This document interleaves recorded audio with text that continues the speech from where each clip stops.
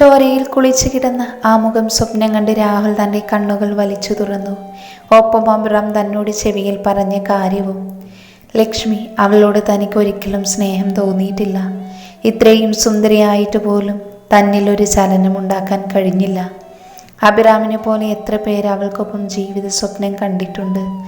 പക്ഷേ അവൾക്ക് പ്രണയം തന്നോടായിരുന്നു. ഇപ്പം ലക്ഷ്മി അവൻ്റെ ഭാര്യയാണ്. പക്ഷേ ആ ഭൂലോകമണ്ടി എന്നെ ഓർത്ത് കരയുന്നുണ്ടാകും. അഭിറാം ആ തണലിൽ നിന്ന് ലക്ഷ്മി പുറത്തു വരണം, ആ പഴയ ലക്ഷ്മിയായി. പക്ഷേ എങ്ങനെ? ഓരോന്ന് ചിന്തിച്ച് അവൻ തൻ്റെ കണ്ണുകൾ അടച്ചു. അഭി ഇന്നലെ ബാങ്കിൽ നിന്ന് വന്ന മെയിൽ നോക്കിയോ? താൻ ചോദിച്ചതിന് ഉത്തരം കിട്ടാതായപ്പോൾ ഗിരിധർ കഴിപ്പ് നിർത്തി അഭിയെ നോക്കി. അടുക്കളയിൽ നിൽക്കുന്ന ലക്ഷ്മിയെ നോക്കിയിരിക്കുന്ന അഭിയെ കണ്ട് അയാൾക്ക് ചിരി വന്നു. അഭിയേട്ടാ, ഡാഡി വിളിക്കുന്നു.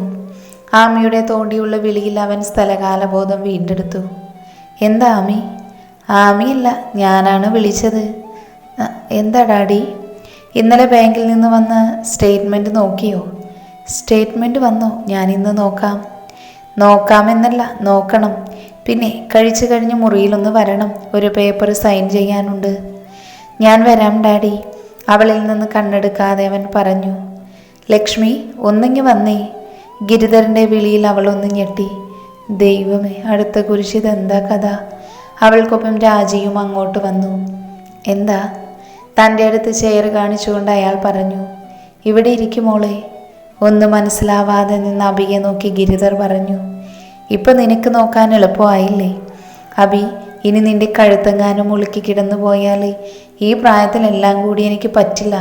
വേഗം പോയി ബാങ്കിലെ സ്റ്റേറ്റ്മെൻറ്റ് നോക്കി റിപ്ലൈ കൊടുത്തോ, അല്ലെങ്കിൽ എൻ്റെ സ്വഭാവം മാറും. ചമ്മിയ മുഖവുമായി അഭി ചുറ്റും നോക്കി എണീറ്റു. മോനെ, നീയൊന്നും കഴിച്ചില്ല? വേണ്ട അമ്മേ, മതി, വയറ് നിറഞ്ഞു.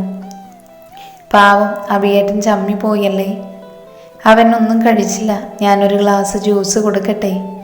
കേട്ടോ ചേച്ചി, അമ്മയ്ക്ക് അഭിയേട്ടനെ കുറിച്ച് കൂടുതൽ ഇഷ്ടമാണ്. എന്നെ ശ്രദ്ധിക്കുക പോലുമില്ല. ആമിയുടെ പരച്ചിൽ കേട്ട് ലക്ഷ്മി ഒന്ന് ചിരിച്ചു. അഭി. ലാപ്ടോപ്പ് മടിയിൽ വെച്ച് ബെഡിൽ ചാരിയിരുന്ന് ഉറങ്ങിയ അഭി അമ്മയുടെ വിളിയിൽ ഉണർന്നു. എന്താ അമ്മേ? നീ ഒന്നും കഴിച്ചില്ലല്ലോ, എന്നാ ഇത് കുടിക്ക്. കയ്യിലിരുന്ന ജ്യൂസ് ഗ്ലാസ് അവർ അവന് നേരെ നീട്ടി. ടേബിളിൽ വെച്ചേക്കമ്മേ, ഞാൻ എടുക്കാം.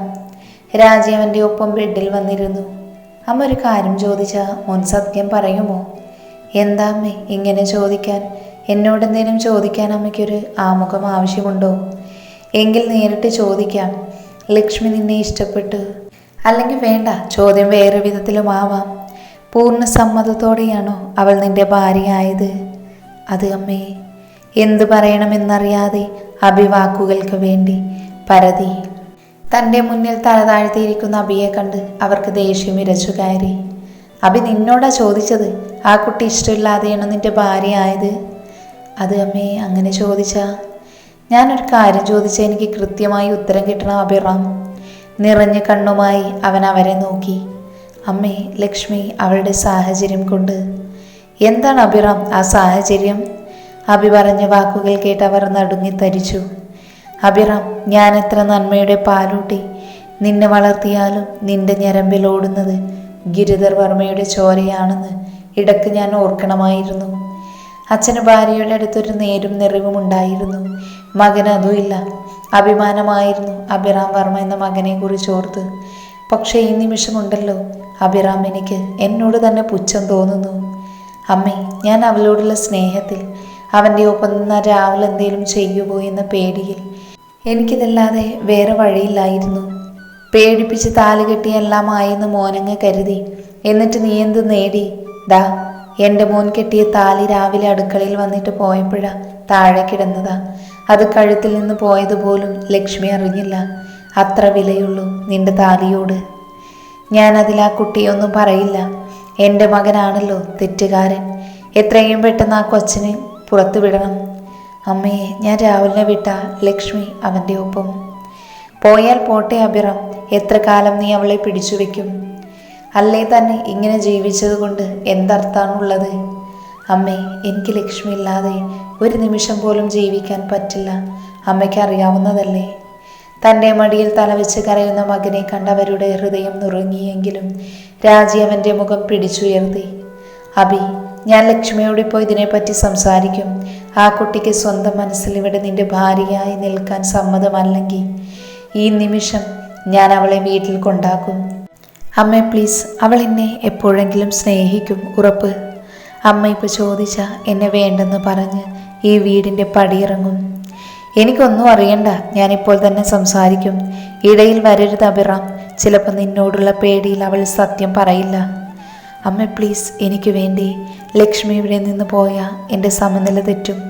ഞാൻ എന്താ ചെയ്യുക എന്ന് എനിക്ക് തന്നെ അറിയില്ല. എന്ത് വേണം നിനക്ക് ചെയ്യാം. എല്ലാം കണ്ട് പുറത്തു നിന്ന് സഞ്ജു ദയനീയമായി രാജിയെ നോക്കി. ആഹാ, നീ വന്നു. എല്ലാം നീ കൂടി അറിഞ്ഞില്ലേ? അപ്പോൾ ലക്ഷ്മി തീരുമാനം പറയുമ്പോൾ സഞ്ജു ഇവിടെ ഉണ്ടാകണം. സഞ്ജു, നീയെങ്കിലും അമ്മയോട് പറയ, ലക്ഷ്മി പോയാൽ പിന്നെ എൻ്റെ അവസ്ഥ ആരെക്കാളും നന്നായി നിനക്കറിയാവുന്നതല്ലേ. എനിക്കത് സഹിക്കാൻ പറ്റില്ല.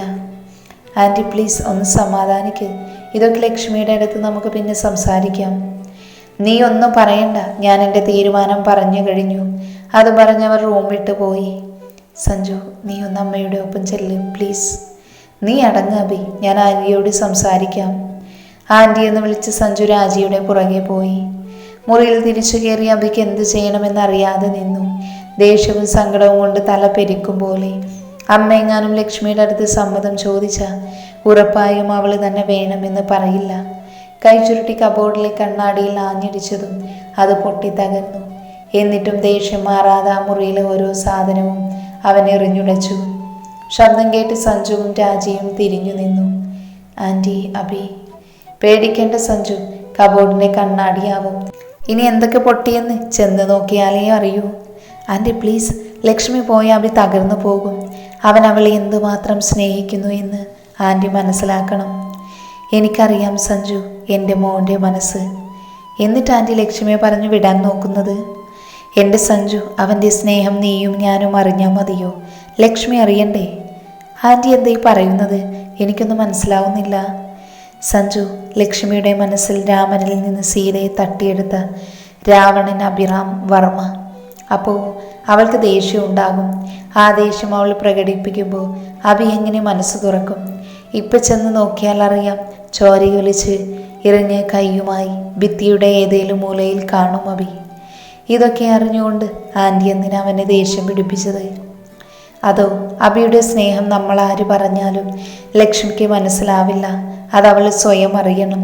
അതിനുവേണ്ടി ഇതാവുമ്പോൾ ആകെ കയ്യിന്ന് പോയ അബിയുടെ നിൽപ്പ് അവളെ കാണുമ്പോൾ അവൻ പോലും അറിയാതെ സ്നേഹം വന്നോളും. എൻ്റെ പൊന്നു, കണ്ടാൽ കവിയൂർ പൊന്നമ്മയാണെങ്കിലും കുരുട്ടുബുദ്ധി ഊർമിളാദേവിയുടെയാണ്. ചുമ്മാതല്ല അബിക്ക് ഇത്ര കുരുട്ടുബുദ്ധി. പാവം, ഞാൻ ആങ്കിളിനെ സംശയിച്ചു. എൻ്റെ മകൻ്റെ ജീവിതം എനിക്ക് നോക്കണ്ടേ? നീങ്ങ് പോര്, ചിലപ്പോൾ ലക്ഷ്മി ഇങ്ങോട്ട് വന്നാലോ? ചേച്ചി എന്താ അവിടെ നിൽക്കുന്നത്? ഇങ്ങ് കയറിപ്പോര്, ഇതാണ് എൻ്റെ മുറി. മോള് ഡാൻസ് കളിക്കുമോ? ഷെൽഫിൽ ചിലങ്ക കണ്ട് ചോദിച്ചതാ. കളിച്ചിരുന്നു, ഇപ്പം ഇല്ല, നിർത്തി. നമ്മുടെ കൂട്ടത്തിൽ ഒരാൾക്ക് നമ്മൾ ചെയ്യുന്ന കാര്യം ഇഷ്ടമല്ലെങ്കിൽ നമ്മൾ അത് തുടർന്നാൽ അർത്ഥമില്ല ചേച്ചി. പിന്നെ വേറൊരു കാര്യമുണ്ട്. ആർക്കാ? അഭിറാമിനെ ഡാൻസ് ഇഷ്ടമല്ലാത്തേ? അയ്യോ, അഭിയേട്ടനല്ല, ഡാഡിക്ക്. പിന്നെ അഭിയേട്ടൻ പാട്ട് നിർത്തിയപ്പോൾ ഞാനും നിർത്തി ഡാൻസ്. ചേട്ടനെ ഒത്തിരി സ്നേഹിക്കുന്ന ഒരു അനിയത്തി ഇത്രയെങ്കിലും ചെയ്യണ്ടേ? പിന്നെ അഭിയേട്ടൻ പാടി തുടങ്ങിയ ഞാൻ ഡാൻസും തുടരും. അഭിറാം പാട്ട് പാടുവോ? പിന്നെ നന്നായി പാടും, പക്ഷേ ഡാഡി സമ്മതിക്കില്ല. അഭിയേട്ടന് ഇഷ്ടമല്ലെങ്കിൽ കൂടി സ്റ്റേറ്റ്സ് വിട്ട് MBA ചെയ്യിപ്പിച്ചു. വന്ന ഉടൻ പിടിച്ച അനുവാദം പോലും ചോദിക്കാതെ കമ്പനി MD ആക്കി. ഇപ്പോൾ ഒരു പാട്ട് മൂളി പോലും കേൾക്കാറില്ല, ആകെ ബിസിനസ് മാത്രം. ഡാഡിക്ക് അഭിയേട്ടൻ നല്ലൊരു ബിസിനസ്മാൻ ആവണം, അഭിയേട്ടനൊരു പാട്ടുകാരനും. ലാസ്റ്റ് അഭിയേട്ടന് സംഗീതം പൂർണ്ണമായും ഉപേക്ഷിച്ചു. പാവം ചേച്ചിയുടെ കാര്യത്തിൽ മാത്രം അഭിയേട്ടൻ്റെ ഇഷ്ടം നടന്നത്. ആമയുടെ കഥ കേട്ട് നിന്നപ്പോഴാണ് ലക്ഷ്മിക്ക് നിത്യയുടെ കാര്യം ഓർമ്മ വന്നത്. ഇന്ന് വിളിച്ചില്ല, ഒന്ന് വിളിക്കണം. മോളെ, ഞാൻ അനിയത്തിയെ ഒന്ന് വിളിക്കട്ടെ? ഇന്ന് വിളിച്ചില്ല. ശരി ചേച്ചി, വിളിച്ചിട്ട് വരണേ, അല്ലെങ്കിൽ ഞാൻ അങ്ങോട്ട് വരാം. നടക്കുന്ന വഴി ലക്ഷ്മി അഭിറാമിനെ പറ്റിയാണ് ചിന്തിച്ചത്. താൻ കണ്ടതും കേട്ടതും അറിഞ്ഞതുമായ ആളല്ല അഭിറാം വർമ്മ. ഓരോന്ന് ചിന്തിച്ച് റൂമിലേക്ക് കയറിയ ലക്ഷ്മി തരിച്ചു നിന്നു. റൂം മുഴുവൻ വലിച്ചു വാരിയിട്ടേക്കുന്നത് കണ്ട് ലക്ഷ്മി ചുറ്റും നോക്കി. മുറിയുടെ മൂലയിൽ താലിയും കയ്യിൽ പിടിച്ച് തലയിൽ കയ്യും കൊടുത്തിരിക്കുന്ന അബിയെ കണ്ട് ചെറുതായി ഒന്ന് പേടിച്ചു. താലി തൻ്റെ കഴുത്തിൽ നിന്ന് പോയതുപോലും താൻ അറിഞ്ഞില്ല. ഈശ്വര, ഇതിന് വട്ടുമുണ്ടോ? അഭിറാം! അവളുടെ വിളി കേട്ട് അവൻ തല ഉയർത്തി നോക്കി. എന്നാൽ ഒട്ടും പ്രതീക്ഷിക്കാതെ എഴുന്നേറ്റ് വന്ന അബി അവളെ അമർത്തി കെട്ടിപ്പിടിച്ചു. ആ പ്രവൃത്തി അവളിൽ ഒരു നടുക്കമുണ്ടാക്കി.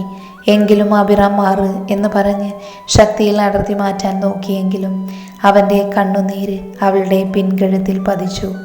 തന്നെ അമർത്തി കെട്ടിപ്പിടിച്ച് കരയുന്ന അബിയെ കണ്ട് അവൾക്ക് അത്ഭുതവും സങ്കടവും തോന്നി. അഭിറാം, എന്തു പറ്റി? അടർത്തി മാറ്റാൻ ശ്രമിക്കും തോറും കാന്തം പോലെ അവൻ അവളെ ഇറുക്കെ പിടിച്ചു. ലക്ഷ്മി, നീ എന്നെ വിട്ടു പോകരുത്. നീയില്ലാതെ എനിക്കൊരു നിമിഷം ജീവിക്കാനാവില്ല. ഞാൻ എന്തൊക്കെ ചെയ്തിട്ടുണ്ടോ അതെല്ലാം നിന്നോടുള്ള എൻ്റെ ഇഷ്ടം കൊണ്ട് മാത്രമാണ്. അഭിറാം, മാറ്, നമുക്കിരുന്ന് സംസാരിക്കാം. അടർത്തി മാറ്റാൻ ലക്ഷ്മി എത്ര ശ്രമിച്ചിട്ടും പരാജയമായിരുന്നു ഫലം. കൂടുതൽ ശക്തമായി അവൻ അവളെ ചേർത്ത് പിടിച്ചു. നിനക്കറിയുമോ ലക്ഷ്മി, നിന്നോളം ഭ്രാന്തമായി ഞാൻ മറ്റൊന്നിനെയും സ്നേഹിച്ചിട്ടില്ല. ഇനി ആരെയും സ്നേഹിക്കാനും പറ്റില്ല. എൻ്റെ ജീവനും ജീവിതവും നിന്നിൽ തുടങ്ങി നിന്നിൽ തന്നെ അവസാനിക്കും. അവൻ്റെ കണ്ണിൽ നിറങ്ങിയ കണ്ണുനീരിന് കൂടുതൽ അളവിൽ അവളുടെ ദേഹത്ത് പതിഞ്ഞു. അടർത്തി മാറ്റാനും ചേർത്ത് പിടിക്കാനും ആവാതെ ലക്ഷ്മി നിന്ന് കുഴങ്ങി. പക്ഷേ അഭിറാം, എനിക്ക് നിങ്ങളോട് അങ്ങനെ ഒരു... അവളിൽ നിന്ന് അകന്നു മാറി അവളുടെ മുഖം അവൻ തൻ്റെ കയ്യിലെടുത്തു. മതി ലക്ഷ്മി, സ്നേഹമില്ല എന്ന് പറയാനാണെങ്കിൽ വേണ്ട. നീ അത് കുറേയേറെ തവണ പറഞ്ഞു കഴിഞ്ഞു. നീ പോലും അറിയാതെ അഴിഞ്ഞുപോയ ഈ താലിക്ക് എൻ്റെ ജീവൻ്റെ വിലയുണ്ട്. അവൻ തനിക്ക് നേരെ ഉയർത്തിയ താലി അവൾ നോക്കി. മഞ്ഞച്ചരടിൽ നിന്ന് നദിപ്പോ അബിയുടെ ചോരയിൽ കുതിർന്ന് ചുവന്നു തുടങ്ങിയിരുന്നു. ലക്ഷ്മിയെ ഞെട്ടിച്ചുകൊണ്ട് അവൻ അവളുടെ കഴുത്തിലേക്ക് ചരട് വീണ്ടും കെട്ടി. കുതറി മാറാൻ പോലും ആവാതെ ലക്ഷ്മി തരിച്ചു നിന്നു. ഒരു ഭ്രാന്തനെ പോലെ അവൻ ചരട് കുടുക്കി കെട്ടിക്കൊണ്ടിരുന്നു. കുടുക്ക് കൂടുന്തോറും ചരട് മുറുകി അവൾക്ക് വേദനിക്കാൻ തുടങ്ങി. അഭിറാം, പ്ലീസ്, എനിക്ക് കഴുത്ത് വേദനിക്കുന്നു. സോറി ലക്ഷ്മി, നിനക്ക് ഒത്തിരി വേദനിച്ചോ? ഒഴുകിയിറങ്ങിയ ലക്ഷ്മിയുടെ കണ്ണുനീർ തുടച്ചുകൊണ്ട് അഭി ചോദിച്ചു. ആ നിമിഷം ഇതുവരെ താൻ കണ്ട അഭിറാമല്ല തൻ്റെ മുന്നിലെന്ന് അവൾക്ക് തോന്നി. ആ കണ്ണുകൾ നിറയെ തന്നോടുള്ള സ്നേഹവും കരുതലും മാത്രം. ലക്ഷ്മി, അമ്മ നിന്നോട് എന്തെങ്കിലും ചോദിച്ചോ? ഉത്തരം കിട്ടാനായി തൻ്റെ മുഖത്ത് നോക്കിയ ആ കണ്ണുകളിൽ എന്തോ പേടിയുള്ളതായി അവൾക്ക് തോന്നി. ഇല്ല. മുഖത്ത് തെളിഞ്ഞൊരാശ്വാസ ചിരിയോടെ അബി അവളെ തൻ്റെ നെഞ്ചിലേക്ക് ചേർത്തു നിർത്തി. കുതറാൻ ഒരു പാഴ്ശ്രമം അവൾ നടത്തി നോക്കി. ആ നെഞ്ചിൽ നിന്ന് മുഖം ഉയർത്താൻ മാത്രം അവൾക്ക് സാധിച്ചുള്ളൂ. ആ ശരീരത്തിലെ ചൂട് തന്നിലേക്ക് വ്യാപിക്കുന്നതായി അവൾക്ക് തോന്നി. അവനിൽ അകന്നു മാറാൻ ശരീരവും മനസ്സും ആഗ്രഹിക്കുന്നു. പക്ഷേ അവൾ ഒന്നുകൂടെ ശക്തിയിൽ കുതറി അവൻ്റെ കൈ ഒന്നയഞ്ഞതും പെട്ടെന്ന് ലക്ഷ്മി അകന്നു മാറി. പെട്ടെന്ന് അബിയുടെ ഫോൺ ബെല്ലടിച്ചു. ബെഡിൽ കിടന്ന ഫോണും എടുത്ത് അബി ബാൽക്കണിയിലേക്ക് പോയി. ഒരു തളർച്ചയോടെ ലക്ഷ്മി ബെഡിലിരുന്നു. ഇപ്പം എന്താ ഇവിടെ സംഭവിച്ചത്? രാഹുൽ പോലും തന്നെ ഇതുപോലെ ചേർത്തു നിർത്തിയിട്ടില്ല. ആദ്യമായാണ് ഒരാളുടെ കരവലയത്തിൽ ഇത്രയും അടുത്ത്. ആ നെഞ്ചിലെ ചൂടിപ്പോഴും തൻ്റെ കവളിലുണ്ടെന്ന് അവൾക്ക് തോന്നി. ആ ഗന്ധം തൻ്റെ ചുറ്റും ഇപ്പോഴും ഉള്ള പോലെ. താൻ എന്താണ് ചിന്തിക്കുന്നത്? അഭിറാം തൻ്റെ ശത്രുവാണ്. അവൻ്റെ ഒപ്പം ജീവിക്കാൻ താൻ ആഗ്രഹിക്കുന്നില്ല. പക്ഷേ തൻ്റെ കഴുത്തിൽ ഇപ്പോൾ ഉള്ളത് ആ ശരീരത്തിൽ ഓടുന്ന ചോരയിൽ പതിഞ്ഞ താലിയാണ്. ഓരോന്ന് ആലോചിക്കുമ്പോൾ ലക്ഷ്മിക്ക് സങ്കടം തോന്നി. ഒരു നിമിഷമെങ്കിലും തൻ്റെ മനസ്സ് അഭിറാമിൽ ചാഞ്ഞു എന്നവൾക്ക് തോന്നി. തൻ്റെ കൈയും മുഖത്തും മുഴുവൻ ചോര കണ്ട് കഴുകാൻ ബാത്റൂമിലേക്ക് നീങ്ങിയതും ലക്ഷ്മി എന്ന അബിയുടെ വിളിയിൽ അവൾ ഞെട്ടി നിന്നു. എന്താ അഭിറാം, നിനക്ക് കണ്ണ് കാണില്ലേ? ഈ കിടക്കുന്ന മുഴുവൻ ചില്ലാണ്. നിന്റെ കയ്യോ കാലോ മുറിയും. എന്തായാലും നിന്റെ കയ്യിൽ അത്ര മുറിയില്ല. അകത്തേക്ക് വന്ന രാജിയുടെ ശബ്ദം കേട്ട് ലക്ഷ്മി തിരിഞ്ഞു നിന്നു. മോള് പോയി ആമയുടെ മുറിയിൽ പോയി വാഷ് ചെയ്തോ. ഇനി നിന്റെ ദേഹം മുറിഞ്ഞ് എൻ്റെ മോൻ്റെ ചങ്ക് തകർക്കണ്ട. ശരിയമ്മേ. അബിയുടെ കയ്യിലും മുഖത്തും മാറി മാറി നോക്കിയിട്ട് ലക്ഷ്മി പോയി. അബി, രാജിയുടെ വിളിയിൽ അവൻ തല ഉയർത്തി നോക്കി. അബി, നിന്റെ കൈ ഒത്തിരി മുറിഞ്ഞു. വാ, അമ്മ മരുന്ന് വെച്ച് തരാം. വേണ്ട, മനസ്സിനേറ്റ മുറിവിൻ്റെ അത്ര വരില്ല. സ്വന്തം അമ്മ പോലും എന്നെ മനസ്സിലാക്കുന്നില്ല. ഓ, അതാണോ കാര്യം? ആമി പറയുന്ന പോലെ മുതുക്കനായി എങ്കിലും പിണക്കത്തിനൊരു കുറവുമില്ല. ബാ ഇവിടെ. അവനെ ബലമായി പിടിച്ചവർ ബെഡിലിരുത്തി. ആ, സൂപ്പർ ആക്ഷൻ ആയിരുന്നല്ലോ ആൻറ്റി, നല്ല മുറിവ്. നീയൊന്നും പറയണ്ട. സഞ്ജുവിനെ അവൻ ദേഷ്യത്തിൽ നോക്കി. ഞാൻ എന്ത് ചെയ്തു? നിന്റെ അമ്മയുടെ അല്ലേ കുരുട്ടുബുദ്ധി, ഞാൻ അറിഞ്ഞിട്ട് പോലുമില്ല. സഞ്ജു പറഞ്ഞത് മനസ്സിലാവാതെ അഭി അമ്മയെ നോക്കി. നോക്കണ്ട, അവൻ പറഞ്ഞത് ശരിയാ. നിനക്കിങ്ങനെ മസിലുരുട്ടി നടക്കാനല്ലാതെ അവളോടുള്ള സ്നേഹം തുറന്നു പറയാൻ പറ്റില്ല എന്ന് തോന്നി. അപ്പം ഇതേ കണ്ടുള്ളൂ വഴി. ഞാൻ ലക്ഷ്മി ഒന്ന് കാണട്ടെ. സോറി അഭി. എല്ലാവരും കൊള്ളാം, ഞാൻ അനുഭവിച്ച ടെൻഷൻ ഒരു വാക്ക് എന്നോട് പറഞ്ഞില്ല. മോനെ, അഭി പറഞ്ഞിട്ട് ചെയ്താലേ ഇത്ര റിയാലിറ്റി വരില്ല. നിനക്ക് എന്നെയും ആൻറ്റിയെയും പോലെ അഭിനയിക്കാൻ അറിയില്ലല്ലോ. പിന്നെ നീ ഒന്ന് റൊമാൻറ്റിക് ആവും അഭി. നിന്റെ മനസ്സിലുള്ള സ്നേഹം ലക്ഷ്മി ഒന്ന് അറിയട്ടെ. എങ്ങനെ സഞ്ജു? ഡാ, ഇതുവരെ നിങ്ങളൊന്ന് പുറത്തു പോയോ? വല്ല ബീച്ചിലൊക്കെ ഒന്ന് പോയി വാടാ. സഞ്ജു, ലക്ഷ്മി വരുവോ? വിളിച്ചു നോക്ക്. വന്നില്ല എങ്കിലേ വേറെ വഴിയുണ്ട്. എന്ത് വഴി സഞ്ജു? ഡാ കാല, ഞാൻ ഐഡിയ ഉണ്ടാക്കുന്ന മെഷീനൊന്നുമല്ല, ആലോചിക്കണം. 1 വർഷത്തെ ഓഫീസ് കണക്ക് അവൻ 10 മിനിറ്റ് കൊണ്ട് ശരിയാക്കും. സ്വന്തം ഭാര്യയെ വീഴ്ത്താൻ അവനെ അറിയില്ല. സഞ്ജു, അതിനത് സാധാരണ സൗന്ദര്യ പിണക്കമല്ലല്ലോ, സംഗതി സീരിയസ് അല്ലേ? അതും ശരിയാണ്. എന്തായാലും നിങ്ങളൊന്ന് പുറത്തു പോ, ബാക്കി നോക്കാം. നല്ല ബോഡി, മുടിഞ്ഞ ലുക്കും. പറഞ്ഞിട്ടെന്താ, നേരാവണ്ണം പ്രേമിക്കാൻ അറിഞ്ഞൂടാ. അല്ലേലും എറിയാൻ അറിയുന്നവരുടെ കയ്യിൽ ദൈവം വടി തരില്ലല്ലോ. നല്ല വേദനയുണ്ടോ? ഇല്ലാതില്ല സഞ്ജു. ഈ ഒഴുകുന്ന ചോരയെല്ലാം അവൾക്ക് വേണ്ടിയാണ് എന്നത് ഒരാശ്വാസം. ആമയുടെ മുറിയിലിരുന്നപ്പോൾ ലക്ഷ്മിയുടെ മനസ്സ് മുഴുവൻ അഭിയുടെ മുഖമായിരുന്നു. എന്തൊക്കെയാണ് അഭിറാം തന്നോട് പറഞ്ഞത്? ഇപ്പോഴും ആ കണ്ണുനീരിൻ്റെ ചൂട് തൻ്റെ ദേഹത്തുണ്ടെന്ന് അവൾക്ക് തോന്നി. ഇനി അഭിറാം തന്നെ ആത്മാർത്ഥമായി. ഓരോന്നാലോചിച്ച് ഒരെത്തും പിടിയും കിട്ടാതെ ലക്ഷ്മി ഇരുന്നു.